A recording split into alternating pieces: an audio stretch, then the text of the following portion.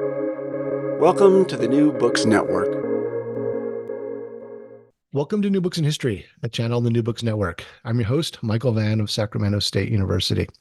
Today I'm chatting with Brian Merchant about Blood in the Machine, the origins of the rebellion against big tech, published in 2023 with Little Brown. Brian Merchant is the technology columnist at the Los Angeles Times. He is the author of The One Device, the secret history of the iPhone, out in 2017, also with Little Brown, and his work has appeared in a variety of places, including Wired and The Atlantic. He is also the founder of Vice's speculative fiction outlet, Terraform. Brian Merchant, Brian, if I may, welcome to New Books in History. Thanks so much for having me. It's a pleasure to be here. I will note that it may be the case that by the time this goes live, I will no longer be the tech columnist at the LA Times. Oh, So just for the point of clarity there, I guess, just to keep it 100%. We journalists tend to be a little bit sticklers for the facts. So okay. yeah. Well, as a historian at this moment in time, okay, Yes, we're documenting the truth as it is. Yes. okay. Um, well, I'm super excited to have you on, and I really enjoyed this book, and I think it was a fantastic combination of great historical research and fantastic storytelling. Something Oh, that thank you. a lot of scholars do good on the research, but don't do so great at storytelling. A lot of journalists, great storytelling, and historians are like, "Wow, this research could have been a little bit more." But I think this is just a fabulous combination of both of them. But before we Well, get thanks into so much. Blood in the Machine, would you tell us a little bit about yourself? How did you come to be a technology journalist? Yeah. I would say through a winding and circuitous path. I didn't set out to um cover the tech industry or cover tech products. It wasn't kind of my forte. Growing up, it wasn't my chief interest. I was an English major who had been into speculative fiction and science fiction predominantly, and sort of got into journalism, through the back door as a way to do some writing. And was originally, I sort of found myself writing about the environment and climate change in the aughts, and soon started writing about a lot of the technologies sort of involved in trying to mitigate that sort of first round. I don't know if your listeners will remember back the sort of the Al Gore days of, the sort of the optimistic sort of fight against climate. Like, well, we can do this if we just get some solar panels and some clean tech and electric cars. And I started covering tech more broadly, and soon found myself kind of covering technology full time, also covering like the technology associated with the fighting the climate crisis, and but then also sort of found myself really interested in the ways that technology was sort of reconfiguring our daily lives and the worlds of work and what it was doing to labor. Yeah, well, see, now I want to ask you about that because Yeah.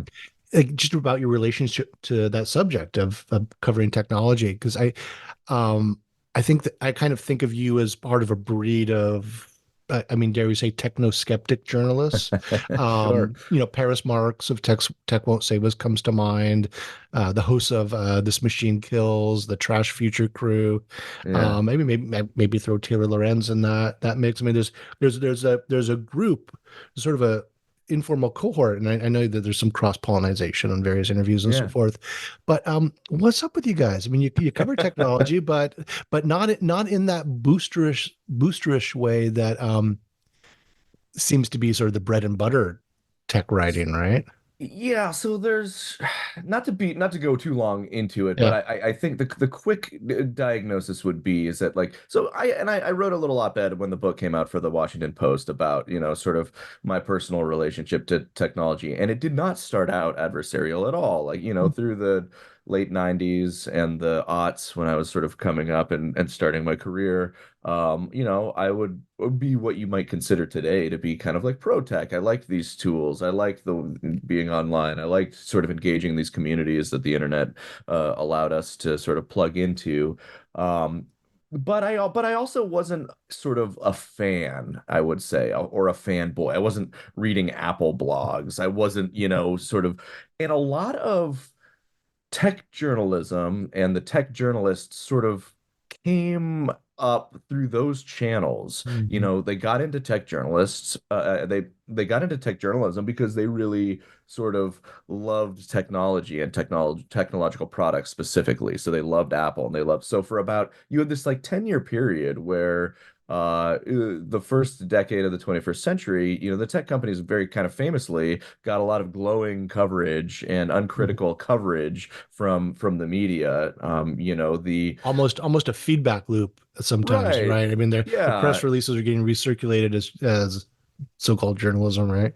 yeah, and that was because it was kind of told as a consumer story, and then the story that the companies were telling was that, Google's going to do no evil. Apple's going to sort of present you these shiny baubles that are going to sort of transform the way that you do computing, and Facebook's going to connect Just the gonna world. connect Yeah. people. What's wrong Yeah, with that? What's wrong? exactly. What don't you like about connecting people, right?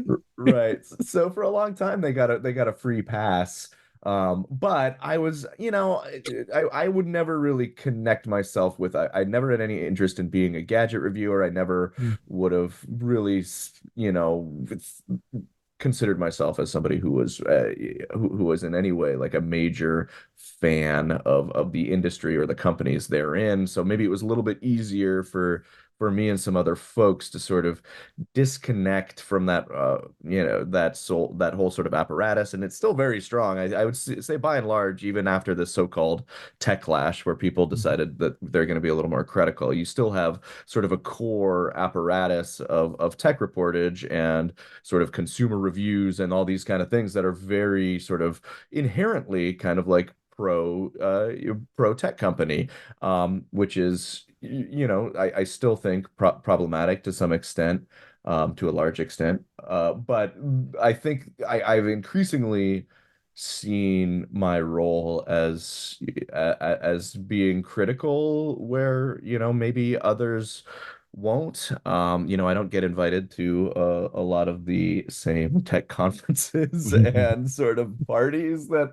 a lot of my fellow, tech journalists get invited to, but I just, I see still a glaring need, maybe now more than ever, for more direct criticism and more sort of a sharper look, especially at where these where the tech companies' material interests are, and sort of criticizing the very foundations on which they're sort of building their business models and their pitches. And I think there's a line that you can toe if you're sort of a mainstream tech journalist, and if you go too far over that and to say like, hey, is is generative AI actually good for anybody, or is this just going to cause a bunch of labor dislocation? Is it going to cause mass plagiarism? Is it going to be a net, Don't once you're, don't yeah. don't get me started on the mass plagiarism. As someone who teaches lower division history courses, Yeah. but yeah.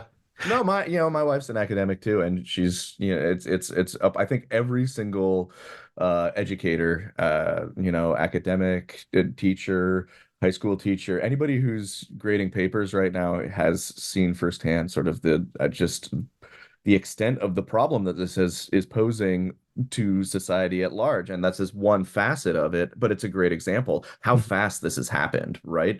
I just did a talk, yeah, in Utah, and I was talking to these teachers in Utah. It's like sometimes it's like 50% maybe or more already. It's just colonized the entire It it it unfolded in real time for me a year ago, spring semester, as yeah. that initial the initial Chat GPT was rolled out, and it went through updates, and then we got our we've got our plagiarism detector, then we got an AI detector built into our online grading system, and then we couldn't explain actually what that number meant because that was all secret for the company, right?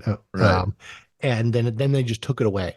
Because it was So debunked pretty quickly. It was like it was flagging things that were actually written by students. It's just a mess. It's a whole yeah, mess. yeah, Yeah. yeah, and And to what? To what? And we, I think, at the kernel of this, and we could probably talk about this a little bit later, as it relates to sort of yeah. the subject of the book. But I mean, the whole thing that I really want people to be asking is like, for what? Like, what is this? What is this tool actually doing at its root that is worth all of this dislocation? And I mean, the companies would say, oh, it can, find new medical treatments, or it can sort of automate certain rote tasks, or whatever. But we have to really be conscious of this whole picture and say, like, what is the value in general? Like, sure, it might be used for these good fringe cases, but by and large, it's being used to flood the zone with plagiarized papers. It's promising sort of to automate creative labor. It's giving corporations a way to get their hands on cheap text and cheap illustrations and cheap images.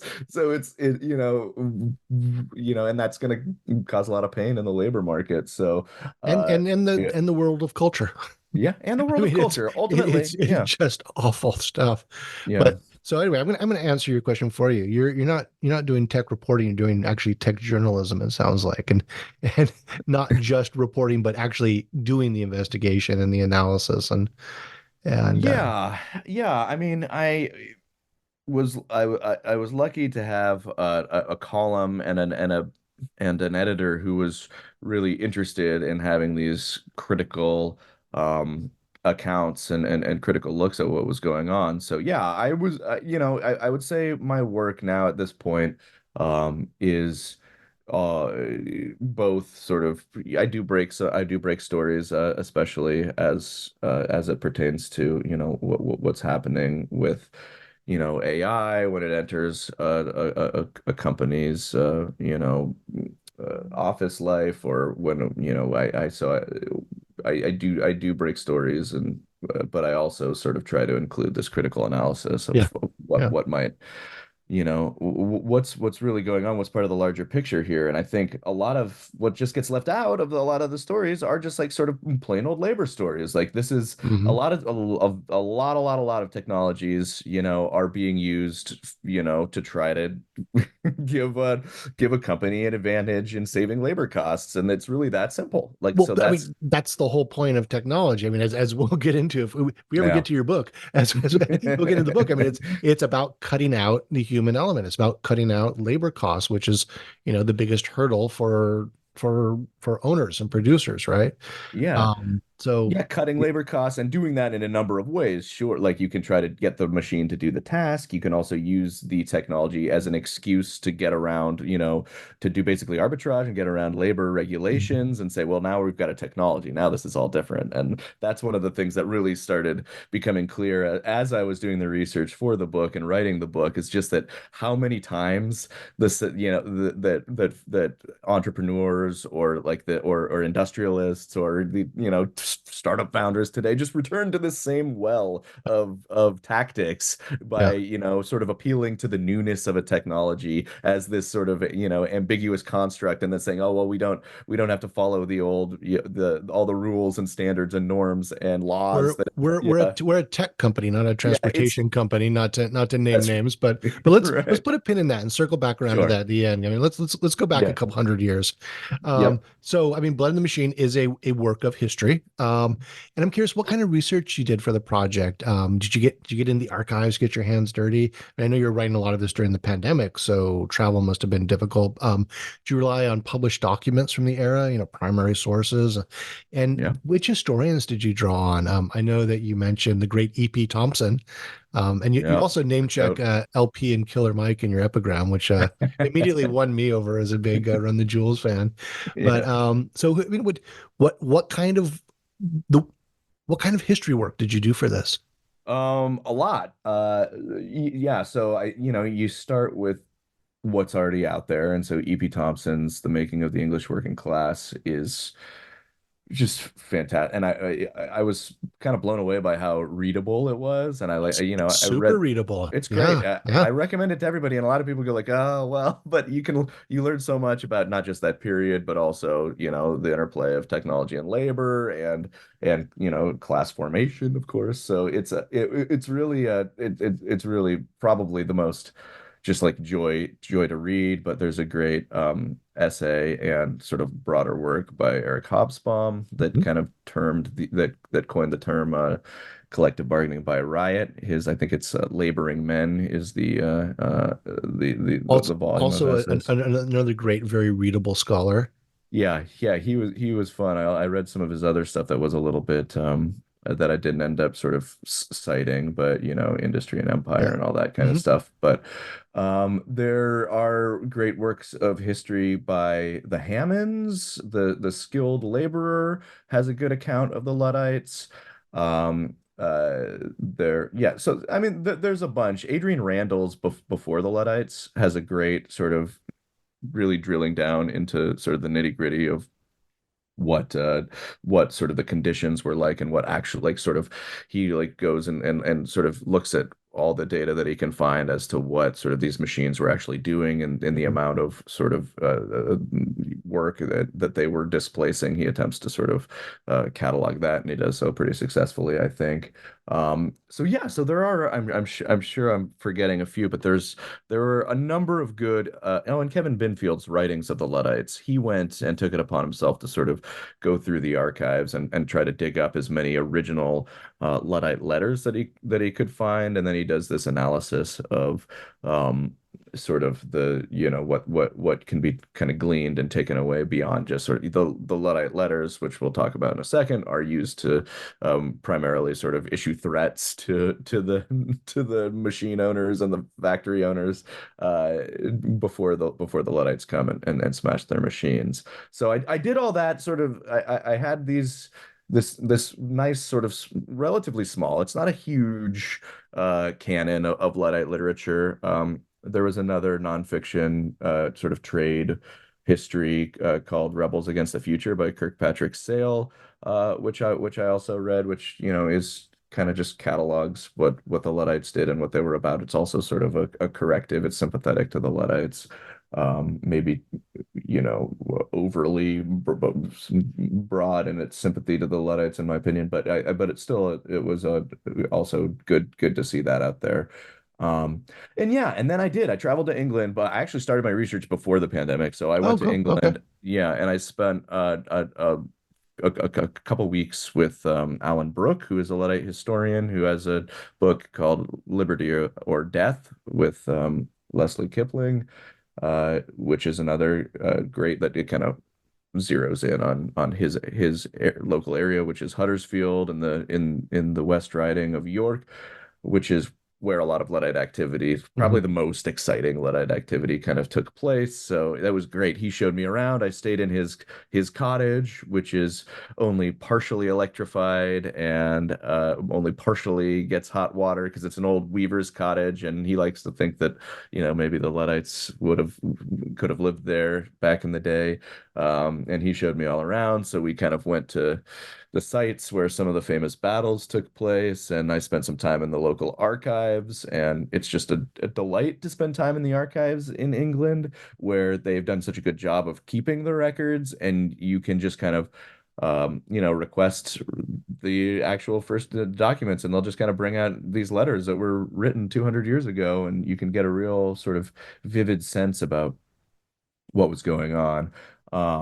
At least around the Luddites themselves, again, for reasons we'll get into, had to be very secret. So there's not a lot of surviving Right. correspondence between the Luddites, because if they were caught, they could be hanged. So it's a lot of sort of the magistrates writing about the Luddites. It's newspaper articles. So most of the newspaper stuff I did online, because also they have done a very good job of digitizing their Mhm. newspapers. So you can just kind of, with a subscription to the newspaper archive of the UK, you can kind of browse all of the copies of the Leeds Mercury, for example, or the Nottingham Review, which were covering the details of these Luddite attacks kind of in real time, and it's really pretty fascinating to to go back. So I spent a lot of time on that website during the pandemic for sure, and getting sort of a, that sense of that first draft of history, and then and drawing from that.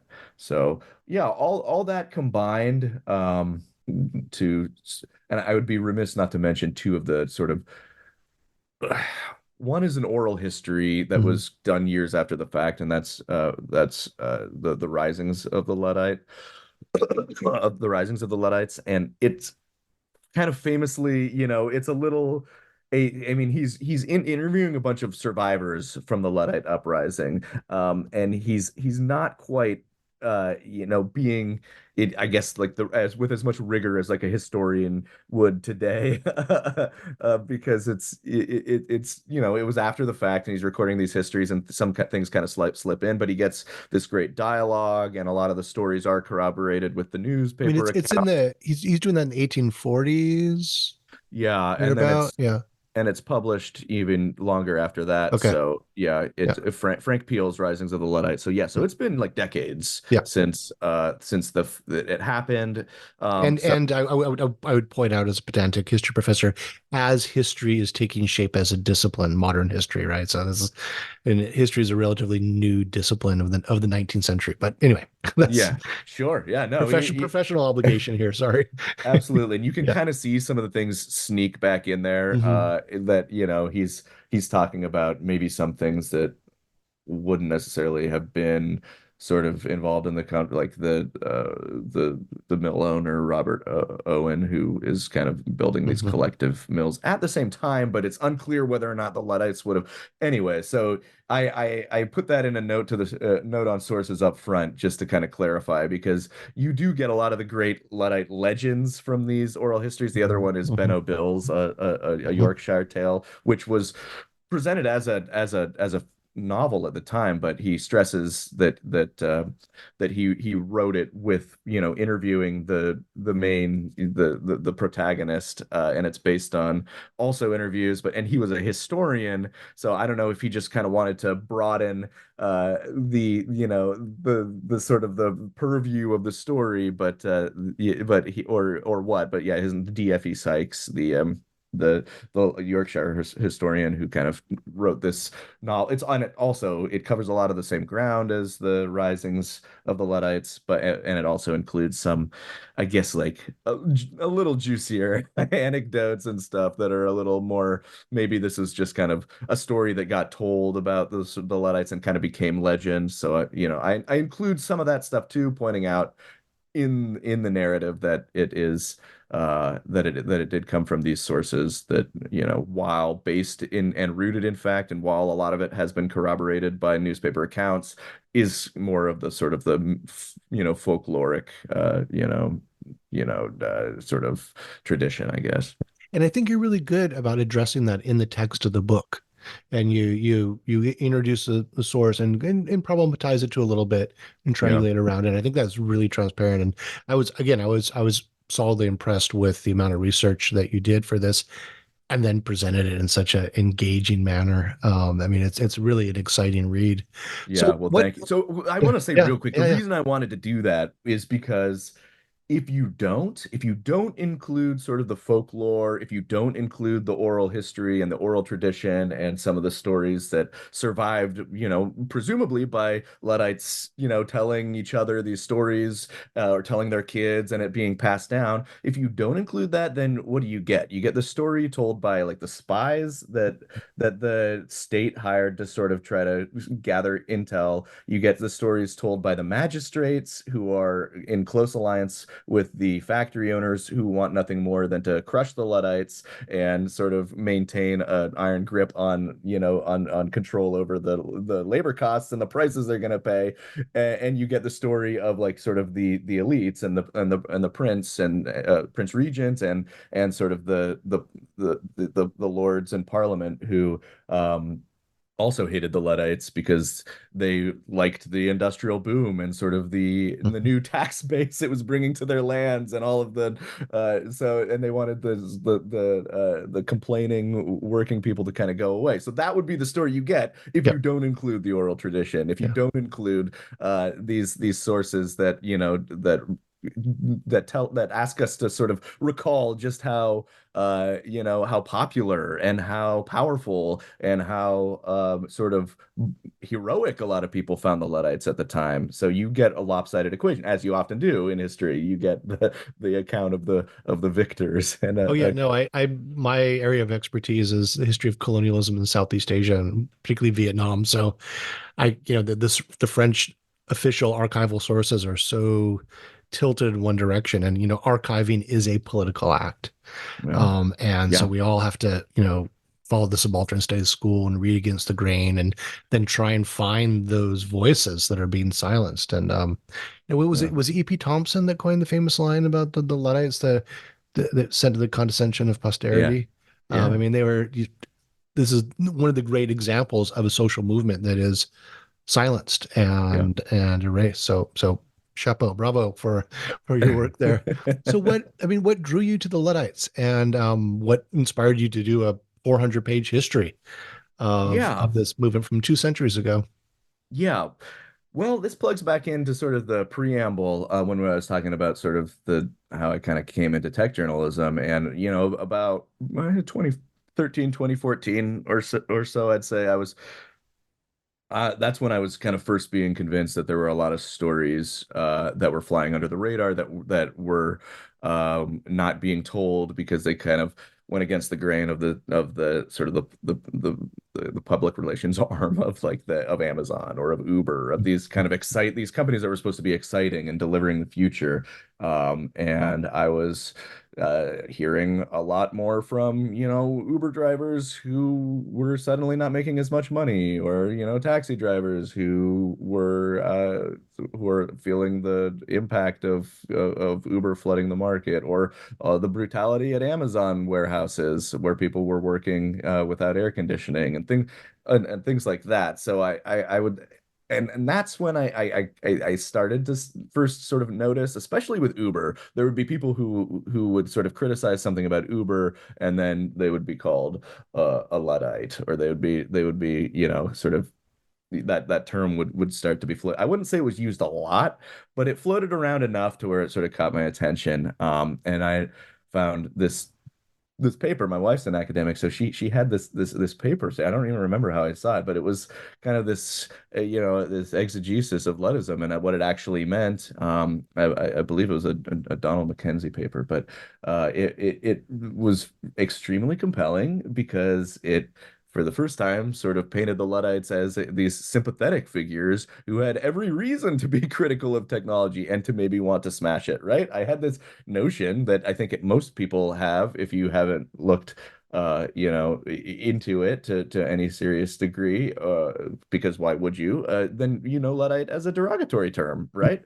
It's if you Google Luddite today, it's a small-minded person who opposes progress or new ways of working. So that's what flashes up there, and it's like it's an insult. Our default understanding of the term is an insult, and I don't, for whatever reason, back about 10 years ago, this kind of felt fishy to me. So I, dug into this paper, was kind of blown away, did some more reading, and I wrote this story for Motherboard, for Vice, where I was working at the time, called "You've Got the Luddites All Wrong," and it was just kind of very surface level, kind of just going into the basic points, but just saying, we kind of default to deriding these people, but there's actually a lot more to them, and they were actually sort of very, bold labor strategists who were sort of mounting an early sort of campaign for labor rights, and critiquing technology in a way that is still salient today. And I then I moved on to other things, but I never really uh stopped thinking about the Luddites. It seemed to me to just be like such a lens through which to kind of view what was happening today. I mean, people who were, feeling the adverse effects of a technology that was built without their input, right? Like that was being built and deployed in their communities to where they had no choice whether or not to they wanted they to deal with it. It was arriving on their doorsteps, and it was being used in a specific way to reduce labor prices, to kind of exploit their labor, to try to get them to move into factories, to try to get them to compete with lower. So it was this kind of anti-democratic way to sort of have a technological future arrive, and it seemed like there was a lot of corollaries to what was going on today, either with automation, which this was when I started writing this book, it was long before ChatGPT or OpenAI, or now you really have these kind of what are very clear sort of kind of one-to-ones where it's like you would have someone produce art today and sell that to a newspaper or a corporation that needed to. But And it was you were starting when Uber was rolling out and it really was Uber, creating those yeah. disruptions and in labor and the impact on, a taxi driving, which is in some ways definitely a trade craft, knowing the streets of New York or London or what have 100%. you. Yeah. And It's so amazing.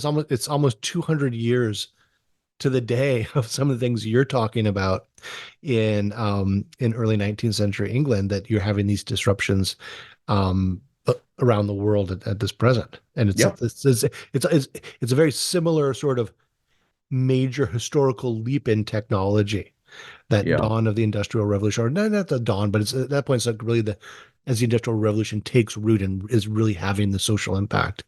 And that's what we're seeing today, right? Yeah, and it's what we've seen at various intervals in in that span for the 200 years, but because this that dynamic tends to continue to play out because we really haven't changed a whole lot about how we develop and deploy new technologies, especially labor-saving technologies. It tends to be the same sort of class of people with access to capital and resources and power and influence that they get to decide how these things are built and then disseminated. And then the working people tend to have to play a rearguard action. And sometimes they're more successful in mitigating the impacts, and sometimes they're not. And we have these very acute ones happening over the last 10 years that seem to me to be pretty incredibly on the nose. Like you Mhm. said, Uber and Lyft were the two examples that I think, and the sort of the gigification of the economy, where instead of, you have, it's not sort of outright automation where, we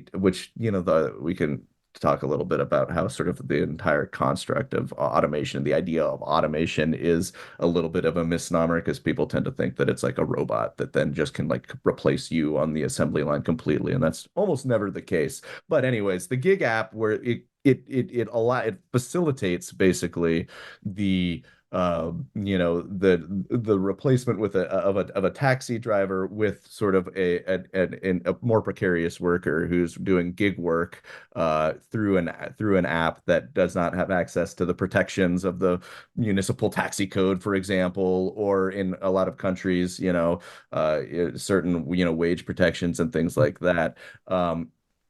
So it's a little bit of a messier for some people, because conceptually sort of disruption or dislocation, but it all the same, you have a technology company kind of coming in saying like, we're gonna, we have this great new innovation. The great new innovation is just turns out to be just like an app in this case, where you can press a button and hire a taxi instead of calling one on the phone. But that app, and then you're doing it through an interface on a phone that looks new, so it just kind of conjures these ideas of newness.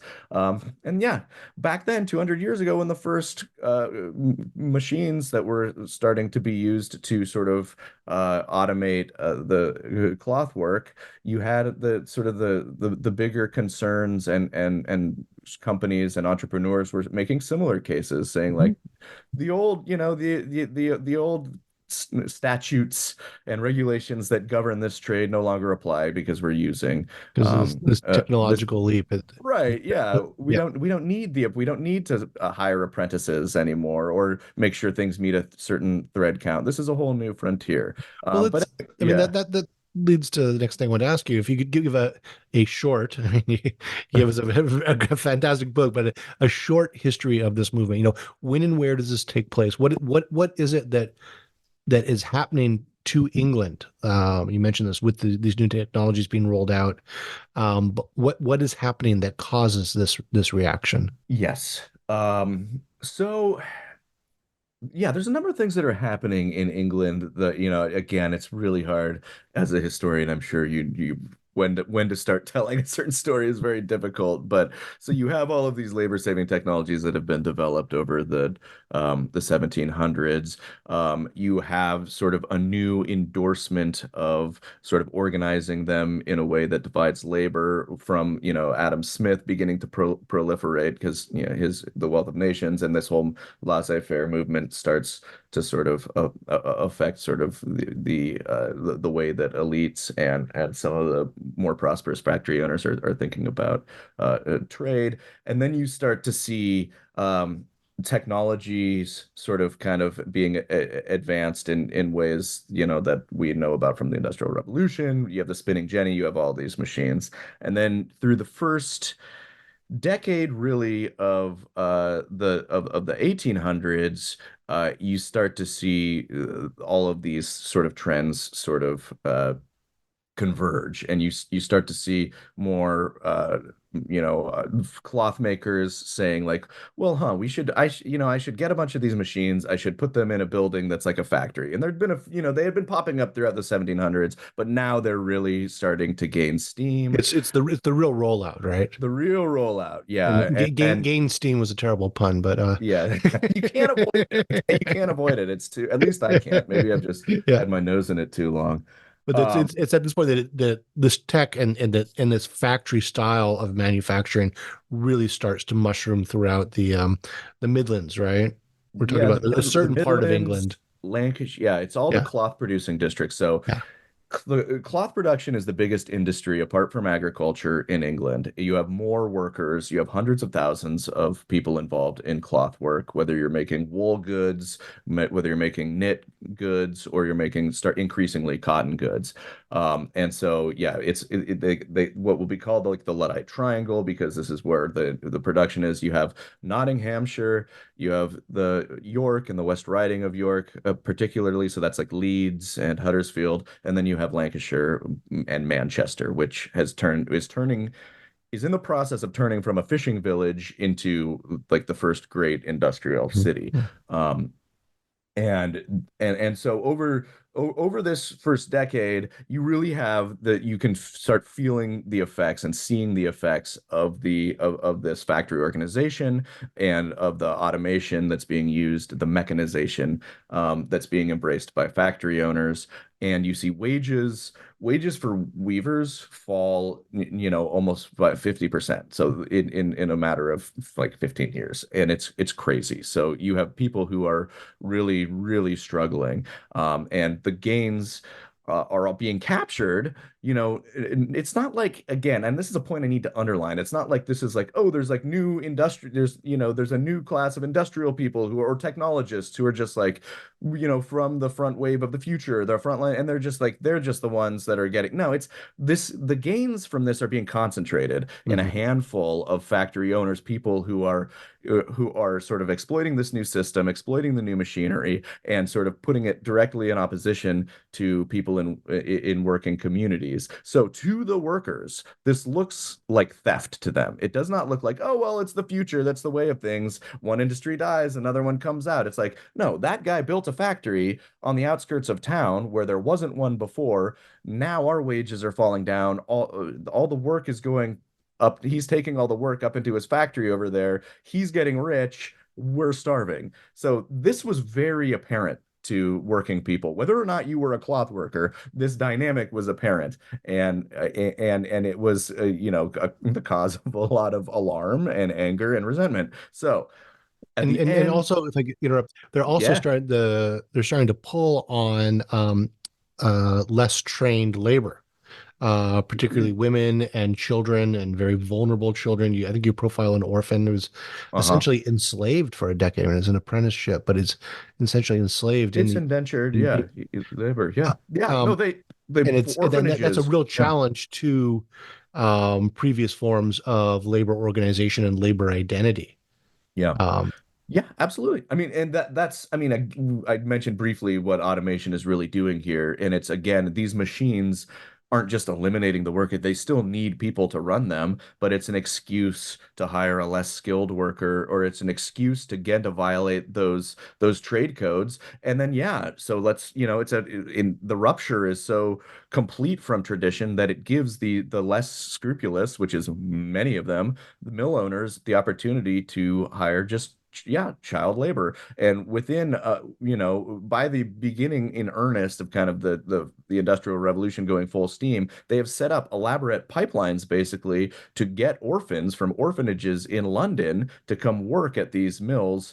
For you work for 18 years and then you're released. And then they tell them that, oh, then you'll be officially have sort of like passed the journeyman stage. You will be an official, you'll be an official weaver, or you'll be an official cloth worker. Then you'll set out in the world and you'll be able to get good work. And all in that time we'll give you a good place to live, we'll give you all this. But of course these are like the most horrendous sort of working conditions that we've seen, in almost all of human history, where you have, children working and their limbs getting torn off and their bodies being battered and bruised. And, that this is setting the tempo for the kind of work that the factory owners are hoping, to exploit and hoping to become the norm. Yeah, So and I think that was a really important point that came out in that book is, again, it's not that machines are completely replacing people, it's transforming what people are doing. I mean, and Marx talks about them turning people into slaves to the machine. yeah, And the machines are so incredibly dangerous at that time period with yeah, lots of maimings, very easy for your arm to get caught in there. yeah. And the people, I mean, you're seeing the physical effects of this new form of labor and exploitation in the communities. So what Yep. here are these changes coming in as this new technology is really getting a big rollout in what 1805, 1810. This era. So what is the Luddite reaction? Yeah. What do they do, and what are their tactics, and how do they organize? I mean, this is the Yeah. core of this book, and it's such a It great story. is. Yeah. Oh, well, thank you. Yeah. Yeah, well, the last three bits of table setting are that, so for that first decade, Mhm. cloth workers try to agitate peacefully for reform. They try to get minimum wages. They try to get laws that sort of say, hey, you've got to at least uphold the regulations that are on the books. Mhm. They get laughed out of Parliament time and again. In 1809, it's a very conservative Parliament, ferociously conservative, I think Hobsbawm calls it.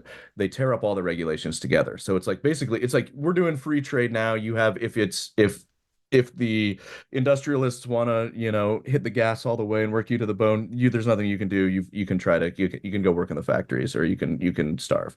Um, Also, in 1809 and thereabouts, the war with Napoleon is going full throttle, and they've imposed trade sanctions to some of the biggest markets that the cloth producers relied on. So in mostly the Americas, where we sold a ton, the North America, the colonies, at the time, the just freshly now of the United States of America or whatever.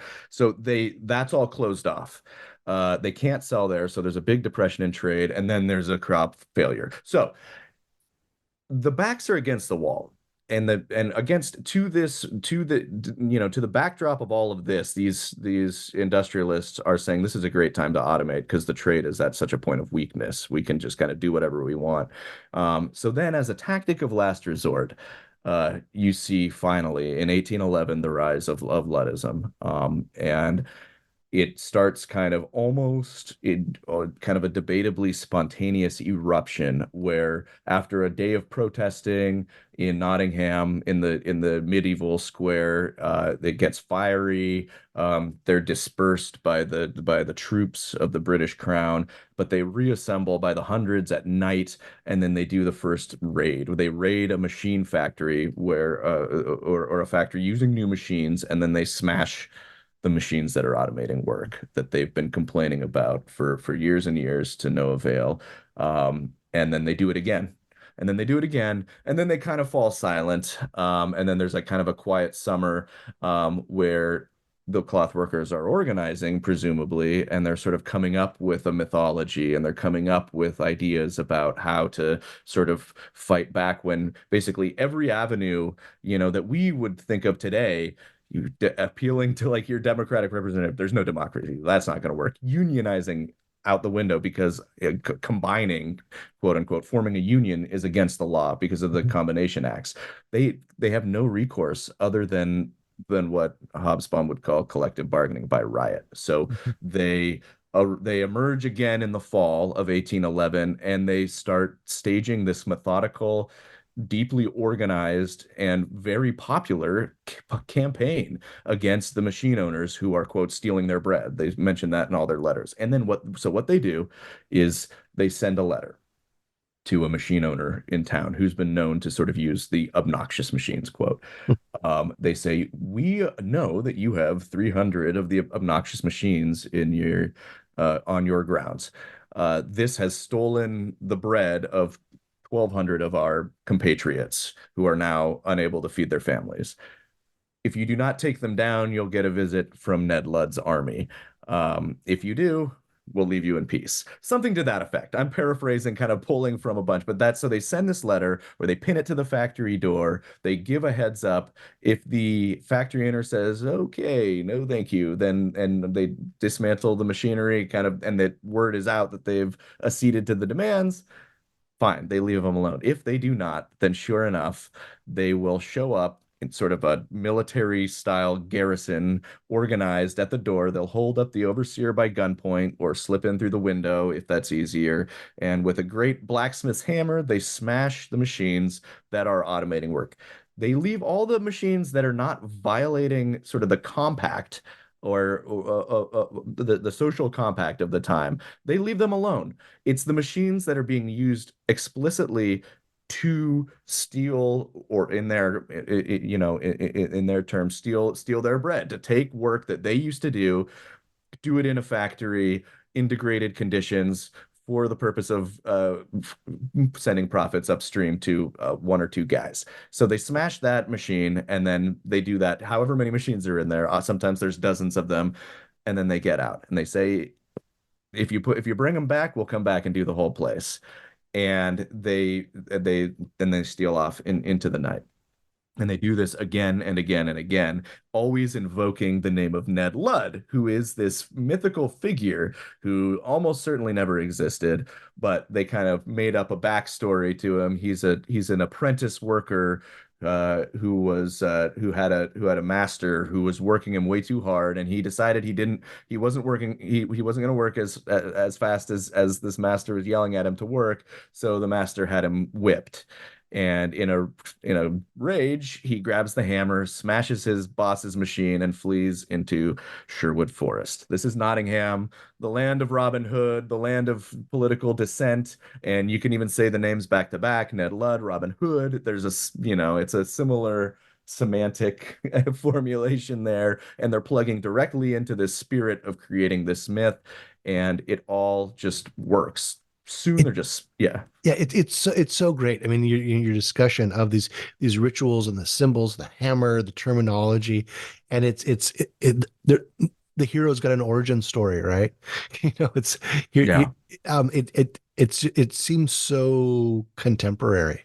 And I think it is, and I think it is still relevant. I mean, this is a kind of, it's a decentralized kind of way of organizing too. So you have the myth, which looms larger than any of the individuals involved in it. And that, for a lot of reasons, that these people would be in a tremendous amount of legal trouble, especially as this story goes on, if they were to be caught. But then it also allows, I think you're understating tremendous amount of legal trouble. I mean, they're death sentence. Yeah, it soon becomes a crime to break a machine, punishable by death. And that's Well, so at first I should say that like it catches on, right? So they do this in Nottingham and around Nottingham, and the tactic proves so successful in the short term. A lot of the manufacturers wave a white flag and they say, okay, that's, we're done. Like we'll put the prices to what they were before we were using these machines. Let's all just be happy. I don't want to get a visit from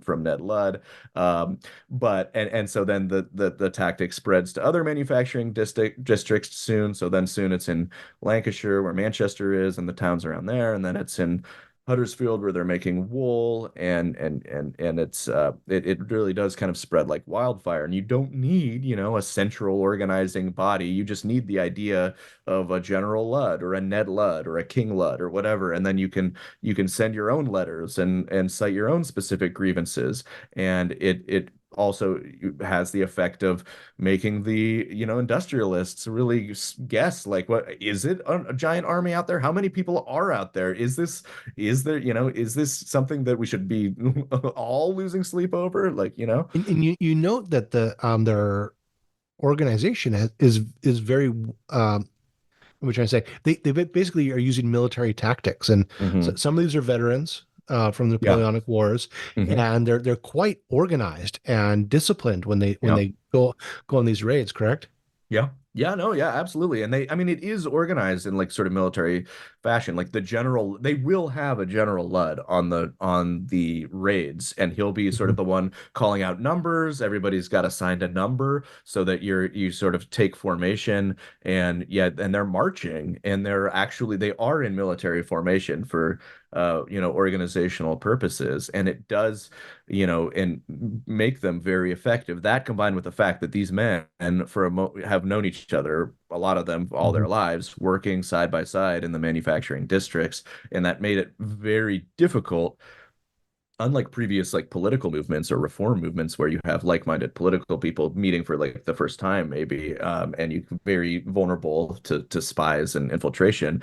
In this case, if somebody strange shows up, at one of these early meetings, especially before the movement really starts to balloon, then he's not, that person's not supposed to be there. So it allows them to be incredibly secretive, incredibly efficient, and incredibly effective for the first phase of sort of the Luddite movement. And yeah, and they're soon smashing machines in a factory almost every day across England. So just hundreds and hundreds of machines, just huge capital costs inflicted to the industrialists, and they are popular. They are cheered in the streets once they get emboldened enough, and they're carrying out these raids sometimes in broad daylight or stopping a caravan of machinery shipments and just kind of pulling them out the back and smashing them in the road. And people are out there cheering. People are out there cheering for them. Sometimes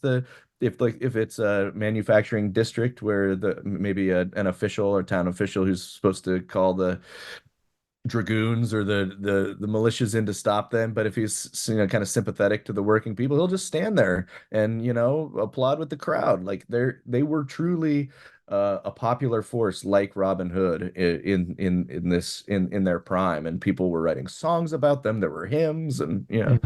So how does the state and how does capital respond to this threat? yeah. As we hinted earlier, they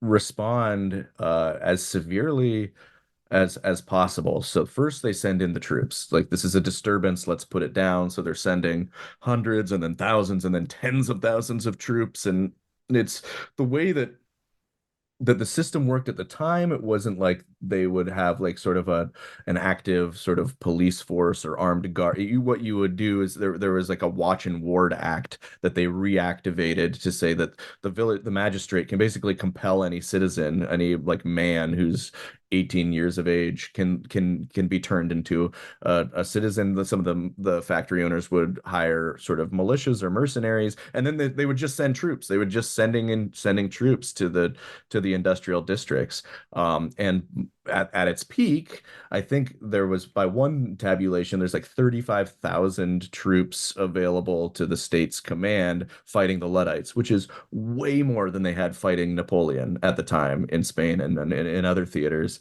Yeah, Uh, for that time, those are big numbers. the And biggest domestic occupation of England at that time, and maybe ever. probably ever. Yeah. Yeah. Well, yeah, just wild. So Yeah. you have the industrial districts looking, these are like look like front lines of a civil war. You have garrisons, people, compelling pub owners to sort of turn their pubs into military bases, and the factories themselves are becoming sort of fortresses. So you have the military response, then you have the penal code is, as we mentioned, amended to both compel the Watch and Ward Act, and then there's a movement in Parliament to make a machine breaking a crime punishable by death. And we got a note here that Lord Byron makes his debut in the British political scene. He's a lord, so lords are supposed to participate in politics, and he's from an area outside of Nottingham where Newstead Abbey, where he grew up, and where he lords over. So he sees what all this is happening, and he's deeply sympathetic, of course, to the Luddites, not where all the other lords just about are not. They're sympathetic to the elites of the time.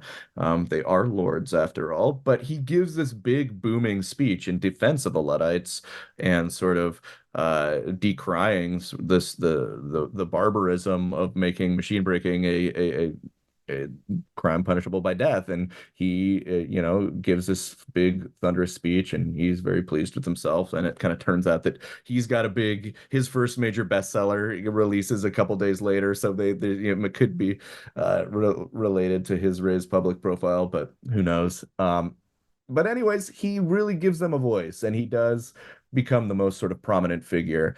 Byron himself is on the verge of becoming the most famous person in Europe this side of apart from Napoleon, like literally one of the first mega celebrities. And he's goes his whole life a supporter of the Luddites, and he'll write poems about them.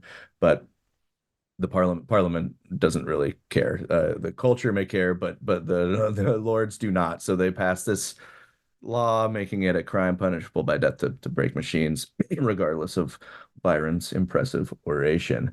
Um, and then they have a propaganda campaign. So they start, you know, the reason that we think of Luddites today as these backwards looking imbeciles who smash machinery because they know not what they do, and they just are afraid of something they don't understand.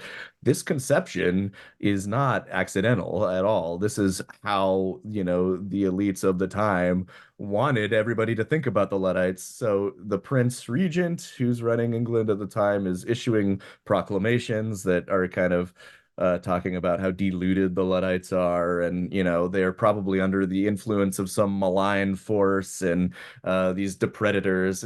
It very, very much sort of giving shape to the Luddites, or the concept of the Luddites as we know them today. So and all could you say a few yeah. words on the Prince Regent, because he's a real piece of work. Yeah, he's I mean, I was writing this while Trump was in office, so the obvious corollary is Trumpian. He's this kind of this dandy, very corpulent fellow. He's, just has no real interest in governing. His father was, the quote mad king, who was the king of England during the Revolutionary War, and was by all counts kind of his exact opposite. Very involved, very Mhm. sort of wanted to, kind of plugged into every detail. But the prince just kind of he was a big supporter of the arts.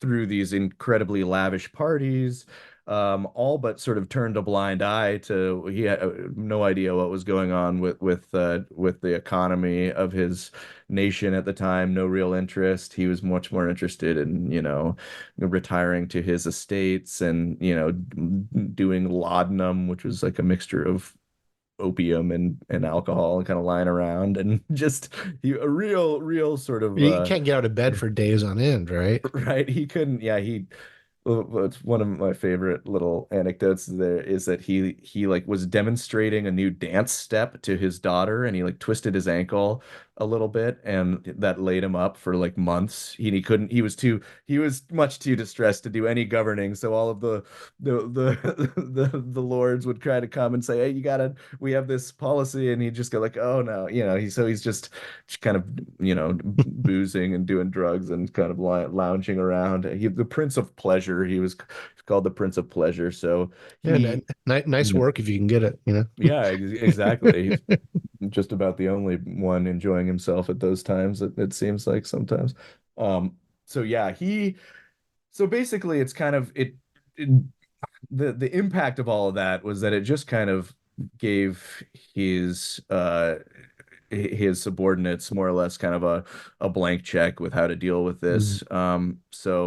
And Spencer Perceval, who was one of the quote new Tories, kind of who was um, was more interested in sort of this what was we know now as free market capitalism, and sort of protecting that, and his disciples running the Home Office, which was sort of in charge of the facilitating the response to the Luddites, was a disciple of his too. So you have this very you know pro radically and sort of almost like astoundingly like pro free market response to this, to the fact that you see this suffering is rampant. Like people are literally starving, and they're just doing nothing about it except arming the people that are sort of that are consolidating profits, and they're Mhm. arming the only people who are sort of profiting off of this mess right now, rather than throwing even a sort of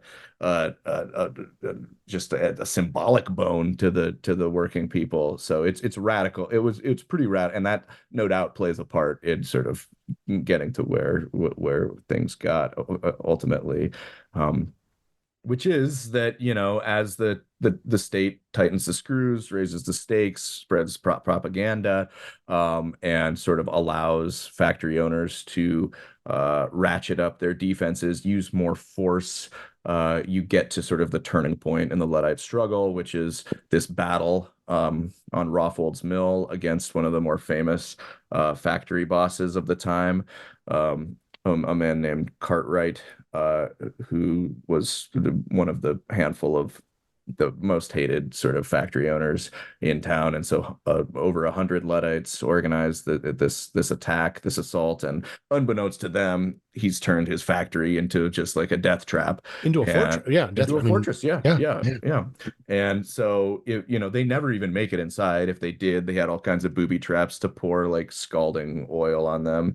But he's got little system that allows him to sort of raise up the covers in like you can imagine almost like a parapet in a castle or something, where they're sticking their guns out and they can fire and then cover it up to protect themselves. So it winds up to be a It's, disaster. Yeah. he's full Mr. Burns, right? Yes, full Mr. Burns. Just these are just like we're again throughout this whole thing. It's just you constantly remind yourself that it's like these are just working people who just want work. Like they're not trying to steal anything from him. They want to level the playing field. They want a seat at the table in how technology is rolled out and who it benefits. And that was never given to them. Those only voices were the people inside those factory walls, inside those fortress walls, were deciding all that for them. They just wanted a seat at the table. So this attack fails, and a bunch of them get killed, and then there's another messy sort of mass uprising in around Manchester, and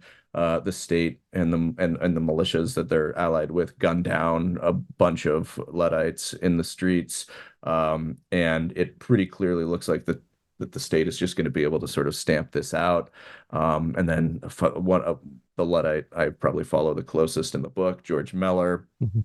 sort of loses it. He kind of snaps one of his friends and sort of protege is killed in the Rothschilds attack, and he sort of takes it upon himself to assassinate a factory owner in cold blood. And then that probably turns the tide of public opinion, and it's that sort of marks the downturn. Eventually, he's captured. The Luddites who smashed machines across the country, many of them are captured and are hung in these show trials that, again, the state is making a point to say this is what happens when you smash machinery, of capital. This is what happens when you resist this particular mode of technological and economic development. So, and then you have the prosecutors using this language against the Luddites, again, sort of casting them as backwards looking dummies who just picked up hammers because they couldn't, understand what was happening to them, or couldn't understand the technology and the great benefit of technology. They couldn't see it. So they just smashed it because they were mad. And then, that image and that sense of what a Luddite is endures today. That wins, yeah. One of the things I was struck with was the way you work in the history of these various romantic literary figures. You've already mentioned Lord Byron plays a role, Charlotte Bronte, the Shelleys. Why were these elite poets important to this history of what is really a salt of the earth working class movement? And I mean, it's really evocative the way you work them in there. And what's their role? Yeah, they're, many of them, especially the contemporaneous romantic poets like Byron, and even more so Shelley, Percy Hmm. Shelley. Hmm. Percy Shelley actually sent money to the Luddites, like to the families after the Hmm. Luddites were hung. He sent money to them to support them directly. Um, you know, I I mean, think Percy Shelley's less of a hot mess than Lord Byron, right? I mean, Lord Byron gives a good speech, but is kind of all over the place, right?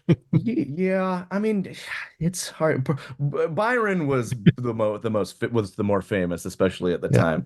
Percy Shelley's a pretty hot mess too, though. I mean, he at the time that we cover him, he's left his wife with his child to be with a Right. teenage Right. Oh, that's right. Mary Yeah. Godwin, and they're in Geneva when she comes up with Frankenstein, which is. I argue, and a lot of scholars, I'm not going to take credit Hmm. for making Hmm. this connection, but have argued that the Luddite uprising and the sort of immense sort of spectacle that it created and the issues that it brought to the fore have really sort of informed a lot of romantic thinking about technology and being critical of technology and being skeptical of technology, and specifically the writing of Frankenstein. Yeah. Yeah. Mary Shelley's Frankenstein is what's the subtitle? Is it the modern Prometheus? Yeah, I mean, that's it's right. it's Yeah. it's an allegory for Yeah. technology getting out of control, right? Yeah. It's an allegory for technology getting out of control. And then importantly, in her text, a lot of we kind of tend to forget this unless we've read her book recently, or but in her text, the monster that is created by Frankenstein, by Dr. Frankenstein, is incredibly sympathetic. He has a list. He has asked. He asks. He Yes. wants companionship. He wants to be taken care of. He wants he just doesn't want to be cast out into the wild or spurned. So he, in a lot of these scholars' readings, is sort of the stand-in for sort of the working people of the time, who they are created by, the conditions are created by these new technologists, these new entrepreneurs who are just hitting the gas on new technologies without looking at what's happening. And then they see the conditions they've created and they turn their back on it. So the Hmm. the modern Prometheus is in Shelley's telling is not that, like, that they've created the technology in the first place, or that they've changed conditions, but that they've abdicate responsibility after doing so, or they do nothing to sort of try to ameliorate the conditions that they've created. Or, I mean, in Frankenstein, Victor Frankenstein says, "Oh shit, look what I've done. I have, created this nasty thing. I hate it. Please leave me He alone." runs, right? Yeah. Runs from the problem, which, as I point out in the book, is pretty relatable to, like, you can Mark Zuckerberg on the congressional hearing stand, just what you so you facilitated a genocide in Myanmar. What have you done about it? Oh, we didn't. I don't know what, now I'm turning my company into Meta. We're doing something else now. Like, I'm fleeing from problem after problem instead of like taking the time to actually deal with the conditions you've created. So I think that the Romantics had an incredibly important role in further sort of relaying the struggle that the Luddites felt, and that all working people were facing, as technology and the people who were in a position of privilege to deploy that technology were sort of convey you know they were sort of they were stenographers for an era, in a way that proves extremely important to have this record. And not only that, but they broadcast it out to audiences everywhere at the time. Byron's speech is printed in the papers, so they're sort of expanding the cultural importance of the Luddites and what Yeah. they stood for, and then making sure that it survives even today. Was it Charlotte Bronte that she's comes a little bit later, but she's got a novel that references the Luddites? Like, was her father, or she's got a family connection? What was She that? I'm trying to remember. Yeah, her father, Patrick Bronte, was a reverend That's right. in actually in Yorkshire. So in one of in and she had wrote a novel called Shirley it takes place during the Luddite uprisings. She kind of references Luddites even in some of her other more famous books, but she this book is directly her second book, Shirley, is all about is all about the Luddites. And it's interesting because she is now she's kind of a more upper class. I mean, her father was like the story goes is that her father allowed some of the Luddites who were killed during the assault on Rawfold's Mill to be buried in the cemetery that that he oversees, and was like at least kind of sympathetic. A lot of the sort of the reverends and the clergy class were hostile to the Luddites, some of them famously so. But and yeah, so like she kind of the story's about a love affair between the mill owner and our protagonist. And so like this is happening in the backdrop, and Mhm. it's tumult, but she does at least understand, and she understands that there's reason for this uprising, Mhm. and that there's reason for and she feels sorry for them.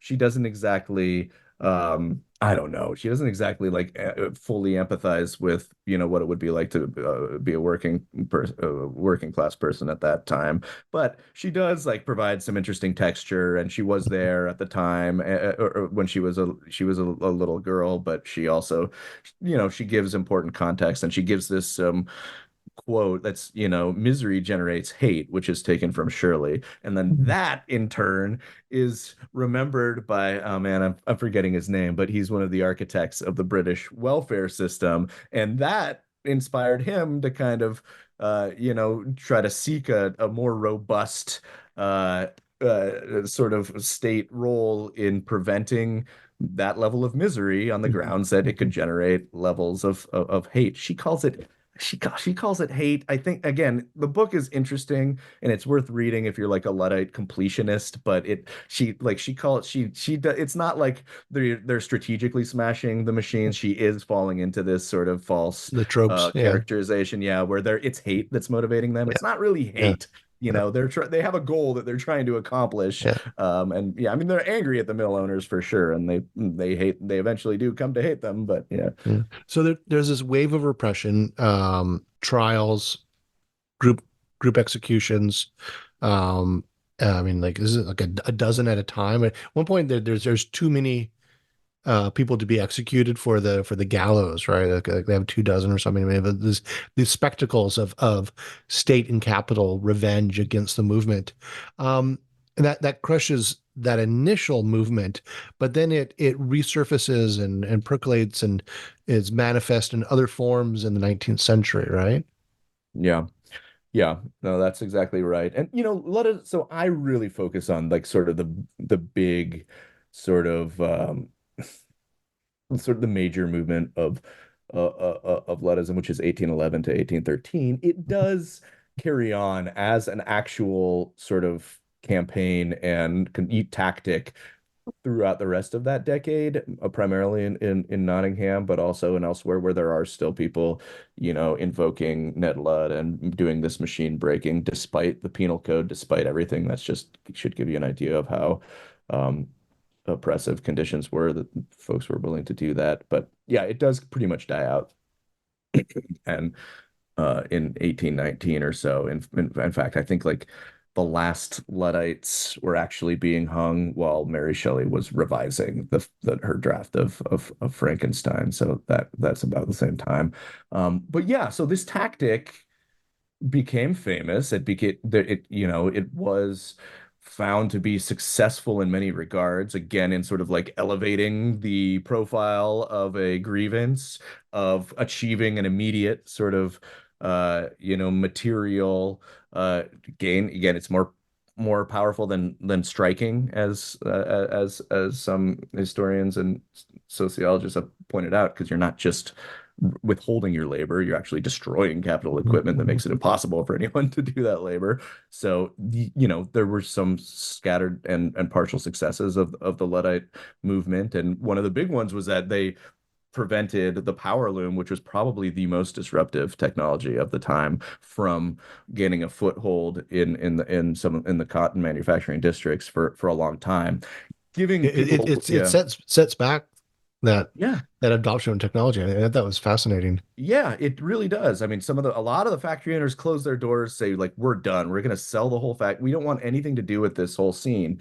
And that does give the labor movement at least a little bit of time to try to, get some reforms on the books, get the Combination Acts repealed, and start, clamping down on child labor. So it does have some real material benefits, and the tactic is replicated a couple decades later in this Captain Swing movement. It's instead of Mhm. General Ludd, they have Captain Swing. They're agricultural workers who are attacking threshing machines, and they're actually much more successful than the Luddites in a lot of ways. That's They actually Hobsbawm wrote about Captain Swing, right?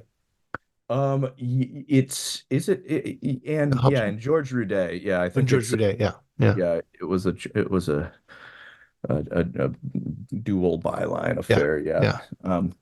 That's I that like Making of the English Working Class. I haven't had time to finish it yet, but that's another really, like, it's a fun book to read. Use the term lightly, and so I look forward to getting through that one. But yeah, and then you see the tactic of sabotage basically inaugurated and then sort of returned to throughout industrial history. And the decentralized sort of mode of resistance is also sort of inaugurated. Again, it's used in Captain Swing and used whenever you need to be anonymous and sort of achieve an aim that can be replicated. And then you have then you have the cultural dimension, where they really elevated this concern to the broader public in a way that it wouldn't have been otherwise. Back while it was happening, it was known as the machinery question, where it was very much an open question, like, do we want to go down this path? Like, Mhm. do we want machines sort of automating work en masse? Do we want factories lining our waterways? Do we want this? Is this a good future or not? And the Luddites really sort of lent an immediate and visceral dimension to that, where, like, look, it's if in the way that the train is going, it's going to lead to mass starvation and mass suffering and immiseration of children and all these other things, and it became unignorable, and I think it has been ever since. So that's not like a major victory or anything, because the Luddites still got crushed, and the Industrial Revolution happened in this way that was just, you know, deadly and horrible for so many people. But it gives us an example to learn from, certainly. And you mentioned the decentralized organization, and I read this book back to back with Vincent Bevan's "If We Burn," Mm. about the decade of mass protest and the horizontal or rhizomic organization and the way that ultimately failed with demonstrations around the world. And I saw so many parallels there in terms of the organization. The subtitle of your book is "The Origins of the Rebellion Against Big Tech," and you've made some comments here. Anything else you want to say about how this history we're seeing again, resonating with current frustrations with big tech? Oh, sorry, you froze there for a Oh, second. so okay. Oh, Uh, yeah. So the question was, is on what we're seeing again today? yeah. Yeah. Um, yeah. I mean, as I mentioned earlier, I think that the parallels were clear enough while I was writing this, when you were looking at sort of more routine forms of software automation and sort of gigification with companies like Uber and Lyft and the whole gig economy now, and as a means to sort of uh, degrade or de-skill work.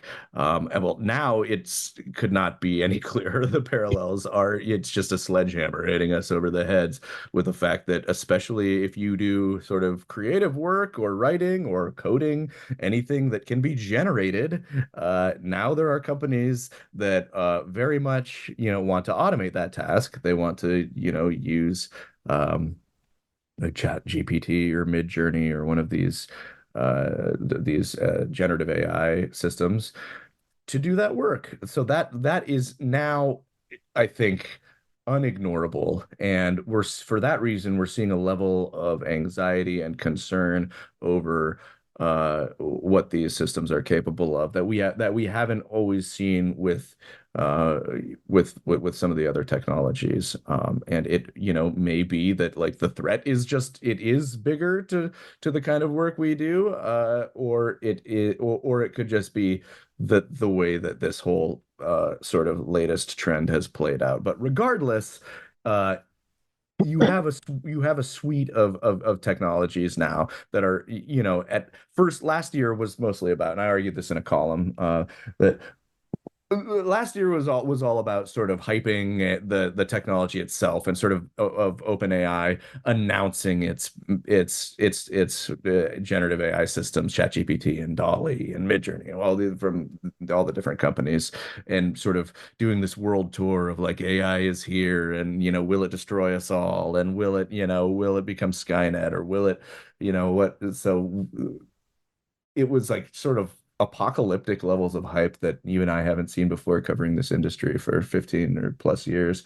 Um, and this year now is the year that all these companies have to make money. So now it's going to be, now we're going to see what they're actually going to try to do with it. And to me, what they're going to try to do with it is, like, yeah, maybe there's like a few, like, you can play with this tool in the confines of your own home, and people want to do that. But by and large, you're going to try to make money by selling this as enterprise software to other companies as a way ultimately to reduce labor. So, they're going to try to, try to save costs on copywriters and illustrators and designers and coders and Mhm. developers, and all of these things are tasks or jobs that companies are kind of right now kind of slyly hinting at, and stating that can be done by generative AI. And as a result, like, there's, I think, illustrators and authors and are maybe, and maybe game designers, people who work in precarious industries already, or Mm. have precarious, who do freelance work, who don't have a lot of protections. I've talked to a lot of them, and they're scared, they're terrified that it's going to start sucking up their work. And in fact, many have seen it already, especially illustrators who say, I used to work for a corporate client. They would say, hey, we need this for a presentation. And now those calls aren't coming because they can just have Midjourney do it.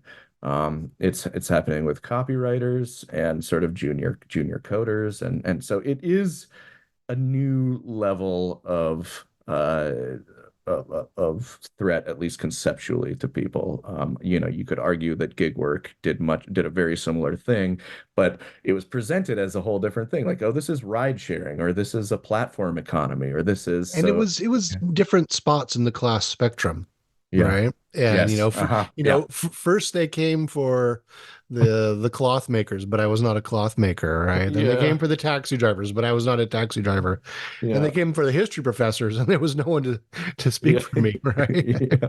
Exactly.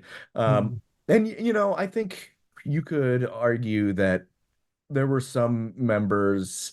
I mean, when clothwork was being automated in the Luddite time, like it did run the gamut, and the resistance was staged most forcefully and in most organized fashion by those kind of higher up the chain who Mm. also had a little more power to combat it. Similarly, like the most effective resistance that we've seen to this so far has probably been the WGA, who went on strike and then Mhm.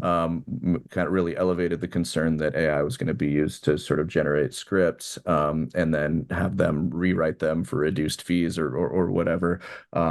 As primarily as a means of, again, sort of like breaking their labor power. So they held out a strike um, that was ultimately successful in saying, okay, part of our contract, of our 5-year contract, is that the studios cannot use AI to generate an original script. If we as writers decide that to experiment with it, that it's or not, that's on our side of the labor process. So it that was a real victory and a real way to sort of point the way forward, I think, because it was uh unique in that they rejected the use of a technology, they held the line, and then they, won the power over how they were going to see it used in their workplace.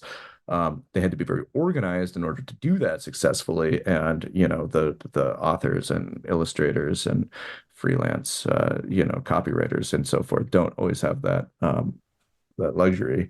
So yeah, so it is a really, really interesting moment. And it's, again, like I think a lot of the questions that we forget about or we don't focus, and I actually kind of regret not focusing further, or centering further in the book, is the question, the extent to which this uh the importance of having something be like handmade or craft or Mhm. crafted. Like they took immense pride in the fact that they Mhm. made really Mhm. high quality goods, and they made it with machinery. They were not anti-technology. They had technology in their um, cottages and in their small shops. But they made it, and they turned out a really good product, and that was central to their identity. And Yeah, I mean, and you know the difference between something that's craft made versus factory made. I mean, you right. just feel it, right? Yeah, and that question of like, well, and back then it was, obviously I think we would probably want to find middle ground between the way that things were done then and the way that they're done now. But, you would buy a craft made good, and it would be the shirt, it would last a really long time, and that's like the one or two, woolen sweaters that you would wear, period, and it'd probably start stinking, but after a while. But it would last. It would be a really high quality, and it was made to last. And like, do we, to what? And now we're asking these questions too. Like, well, to what extent do we want the things that we write and or read online or read or see in a film? What extent do we want this, these these artworks and designed products to be made by people? And Mhm. how much do we care whether or not it's handed over to a machine? Because that was a real component of the question then too. Like, well, I mean, there was the obvious fact that the machines really sort of made things of a lesser quality. Like they just it was the beginning of mass production, so the stuff was often, much cheaper, but it would fall apart after a year. Famously, the stocking frame knitters, who became Luddites, they took pride in making, for example, hose that was all one piece, that they would stitch it all together, and they'd give the finished garment, to the merchant for sale as like something they could be proud of. The automated machinery made two pieces, and then you'd stitch Right. them together, and then they'd fall apart. So Yeah. and it would lower the price for the whole trade. So like they now had the people making the single, cut stockings now had to compete with, even if there was an understanding that it was different quality, you still like, well, I can get this one cheaper. And so that's driving prices down, the machine made goods that were. So we also have to negotiate that question too. Like, to what extent do we want everything that we see online to be AI generated drivel? Like, I don't think most people actually want that, but that is a real possibility at this point, that we're just going to be encountering tidal waves of AI generated dreck because it's cheaper to produce. Some of the things Netflix pushes out, I've got some real concerns that this is culture produced by algorithm. Well, yeah, I have a pet theory where like the Marvel boom is like the halfway point to AI, because it like we're just like shattered our standards all halfway there already. Yeah. yeah, solidly. And one day, recently you were involved in or organized an event called the Luddite Tribunal. Hmm. And could you say a few words on that? Yeah. What'd you guys get up to? Oh, the Luddite Tribunal was fun. It was a group of people. So I also wrote this piece about in the Atlantic about sort of this wave of new Luddites. I think independently of my book, about the same time as my book was coming out, I think, and even before that a little bit, there were people starting to self-identify as Luddites, saying like the Luddites were right. There's a tech worker, Wendy Liu, who makes these fun Mhm. shirts that say the Luddites were right.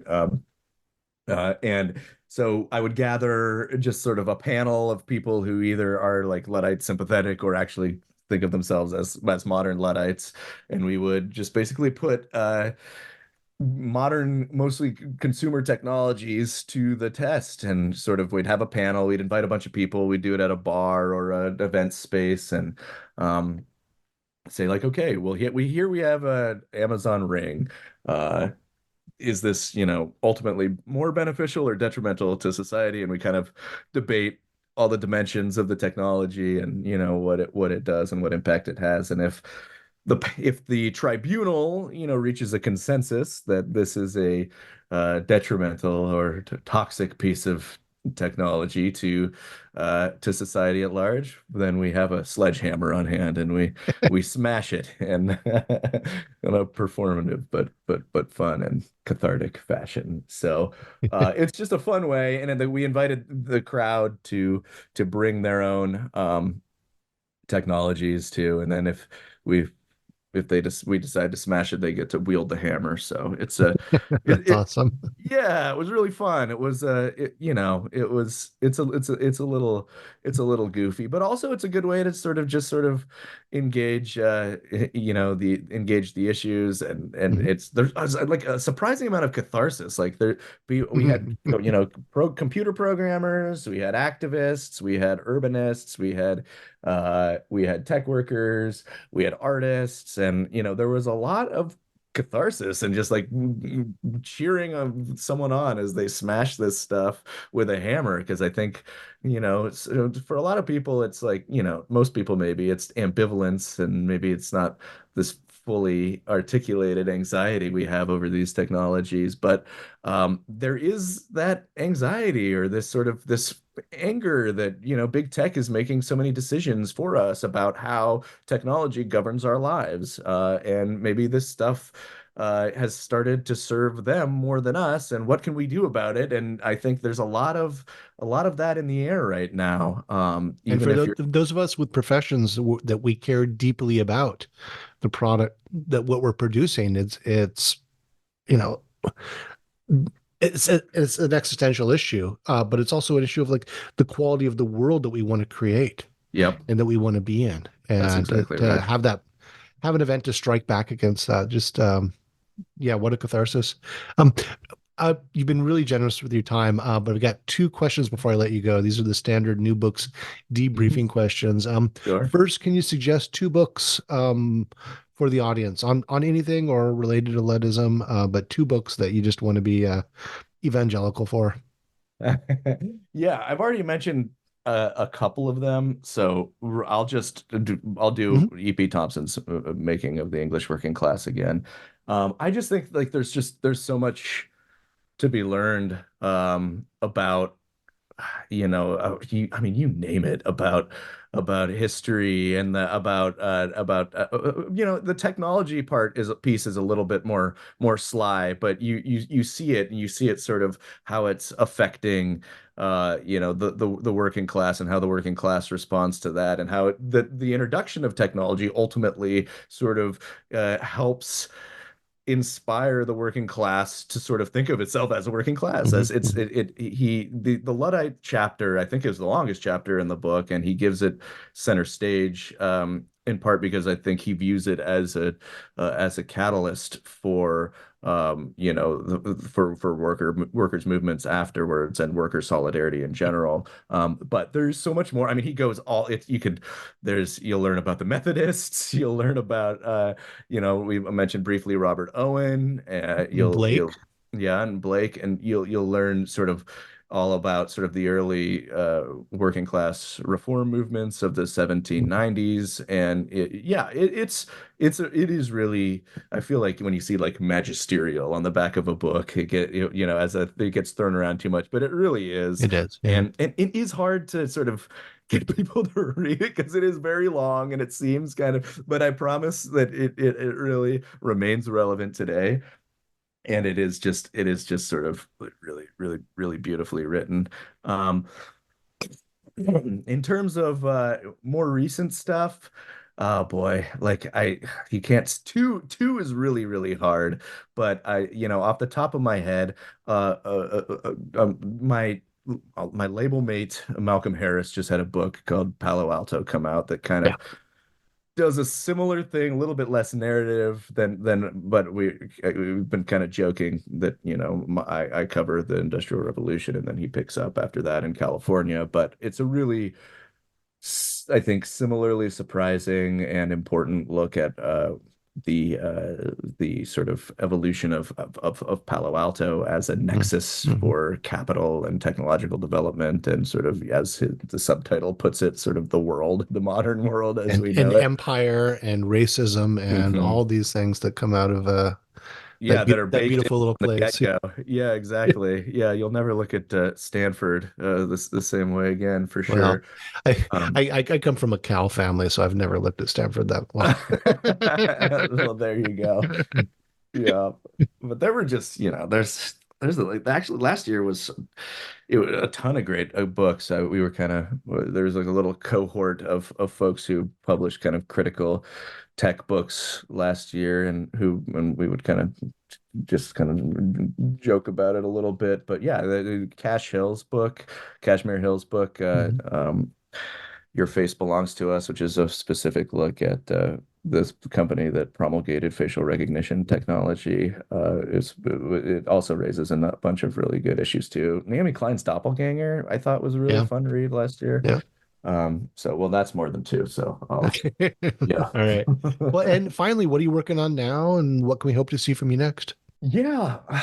Unfortunately, I'm kind of in an awkward spot right now. So since I've just left the LA Times, I have a whole plethora of projects that I am about to be engaged in. I am at work on another book number three, but it's a little too early to talk about it. So for now, I'll say I'm going to be doing a lot of work through my newsletter, which is bloodinthemachine.com. You can find it there, and I'm really hoping to start ramping that up as sort of a resource, especially, and both I'm going to write and report stories there, as well as some other places. But I also want it to be a resource for people who see all these things happening, who are worried about the role that AI or other technologies are going to play in their jobs and in their working lives. And it can be a very disorienting sort of moment. So I have big plans to starting there and branching outwards. I would love to start creating some communities for or helping to facilitate however I can, all different groups that are working on providing bulwarks against some of this stuff. There's so many groups doing great stuff, like the Freelance Solidarity Project. The WGA has been great. The Alphabet Workers Union. There's a lot of people doing really good stuff right now, and I'd love to work to sort of, try to help create some united fronts here. But yeah, anyways, follow along on the newsletter. If you're thinking about this stuff too, I'd love to hear from you. I'm hope to start up a little Discord server, or a little Slack to get it chatting. It can function like a pub in West Riding. That's where right. People are, although probably much easier to infiltrate. So maybe a little right. Okay, Brian, thank you so much for chatting with me today. I really appreciate it. And I really enjoyed your book. No, well, thank you so much. This was a pleasure. Totally happy to do it. And I shall look forward to next time. This has been a conversation with Brian Merchant about Blood in the Machine, The Origins of the Rebellion Against Big Tech, published in 2023 with Little Brown. I'm Michael Vann of Sacramento State University. This has been an episode of New Books in History, a channel on the New Books Network. Thank you for listening.